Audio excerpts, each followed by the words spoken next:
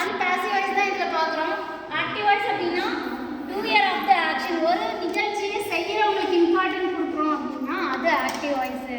Ram plays cricket அப்படின்னு இருக்கு.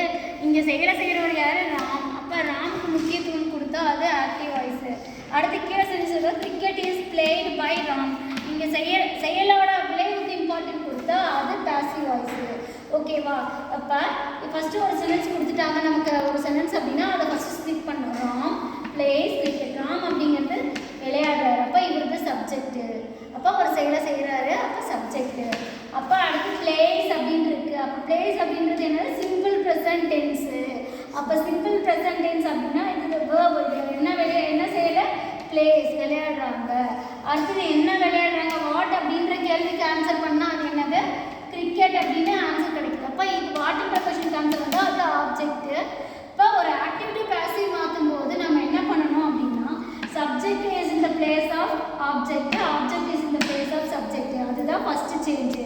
அந்த ஃபஸ்ட்டு சேஞ்ச் என்ன பண்ணிருக்கோம் பாருங்கள். சப்ஜெக்ட் இப்போ நான் அப்படின்னு இருக்கு. இப்போ இங்கே ராம்னு கொடுக்காம ஐ அப்படின்னு இருக்கு அப்படின்னா எண்டில் அதை ஆப்ஜெக்ட் கொண்டுட்டு போகும்போது என்ன மாற்றணும்? நீ. வேர்புக்கு பின்னாடி வரும்போது நான் தான் அர்த்தம். ஆனால் ஐக்கு என்ன சொல்லுவோம்? மீ. வீணா நாங்கள்.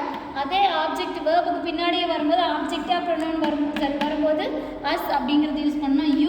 யுவே தான். ஹீ அவர். வேர்புக்கு பின்னாடி வரும்போது ஆப்ஜெக்டாக ஹிம் அப்படின்னு யூஸ் பண்ணுறோம்.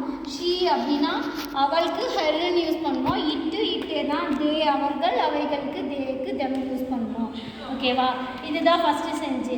ஃபஸ்ட்டு சேஞ்சுன்னா subject is in the place of object, object is in the place of subject. அப்போ என்ன பண்ணியிருக்கோம்? கிரிக்கெட் அப்படிங்கிற ஆப்ஜெக்ட் சென்டென்ஸில் முன்னாடி வந்திருக்கு. ஃபஸ்ட்டு சேஞ்ச் என்னது? Subject object change. Okay. Second V verb change பண்ணணும். கவனிங்க. வி வேர்ப்னா வேர்போட ஒன் ஃபார்மில் வேர்போட எஸ்இஎஸ் ஐஇஎஸ் சேர்த்திருக்கு அப்படின்னா சிம்பிள் ப்ரெசன்ட் டென்ஸில் இருக்குதுன்னு அர்த்தம். சிம்பிள் ப்ரெசன்ட் டென்ஸில் ஒரு டென்ஸ் ஃபார்ம் இருக்குது அப்படின்னா அதுக்கு வி வேர்ப் என்ன யூஸ் பண்ணணும்னா ஆம், ஈஸ், ஆர் அப்படிங்கிற வி வேர்ப் யூஸ் பண்ணணும். அப்போ இங்கே பாருங்கள், பிளேஸ் அப்படின்னு இருக்கு. இந்த பிளேஸ் இருக்கிறது வேர்போட ஃபஸ்ட்டு ஃபார்மோட ஹீஷ் இங்கே ராமன் இருக்கனால எஸ் சேர்த்து எழுதியிருக்கோம். இப்போ வேர்ப் ஒன்று தான். அப்போ நம்ம இதுக்கு என்ன போடணும்? இப்போ இங்கே கிரிக்கெட்னு இருக்கு, நேராக என்ன இருக்கோ அதுக்கு தான் நம்ம பி வேர்ப் போடணும். அப்போ சிங்குலர் இட்டு இதுன்னு அர்த்தம். அப்போ ஈஸ் அப்படிங்கிற பி வேர்பு.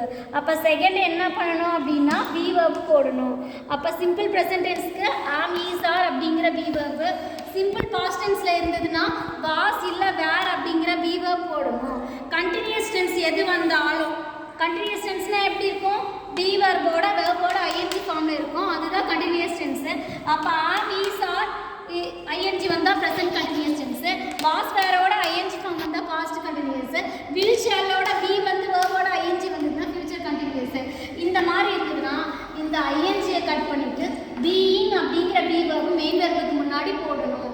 அடுத்தது பர்ஃபெக்ட் டென்ஸ்னால் ஹாவ், ஹாஸ், ஹேட் இல்லை வில் ஹாவோட வேர்பு 3 சேர்த்து எழுதணும். இப்படி இருந்துச்சு அப்படின்னா மெயின் வேர்புக்கு முன்னாடி பீன் அப்படிங்கிற பி வேர்ப் போடணும். செகண்ட் என்னது? B verb. பி வேர்ப் என்ன போடணும் அப்படிங்கிறது பார்த்துட்டோம்.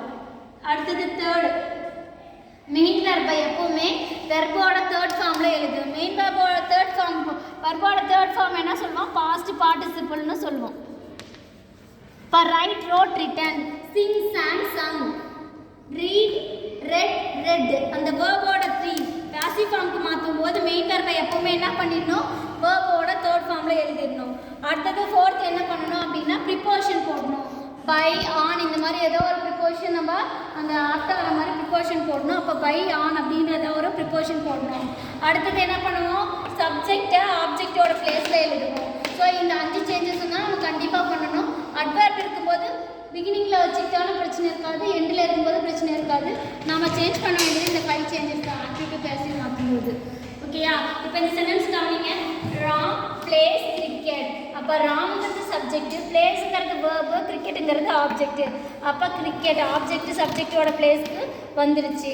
B verb second change. அப்போ பி வெர்பு ஈஸ் போட்டிருக்கோம். ஏன்னா இங்கே சிம்பிள் ப்ரெசன்ட்ன்றதுனால பி வெர்பு ஈஸ் போட்டிருக்கோம். அடுத்தது மெயின் வெர்பை எப்போவுமே தேர்ட் ஃபார்மில் இருக்கும். Play, plate, blade. வேர்பு 3 என்ன? பிளேடு. அப்போ மெயின் வெர்பை தேர்ட் ஃபார்மில் எழுதிட்டோம். தேர்டு அதுதான். அடுத்தது ரெண்டுக்கு நடுவில் என்ன போடணும்? ப்ரிப்போஷன் போடணும். இந்த இடத்துல யாரால செய்யப்பட்டது ராமால, ஆல் அப்படின்றனால பை அப்படிங்கிற ப்ரிப்போஷன் போட்டிருக்கோம்.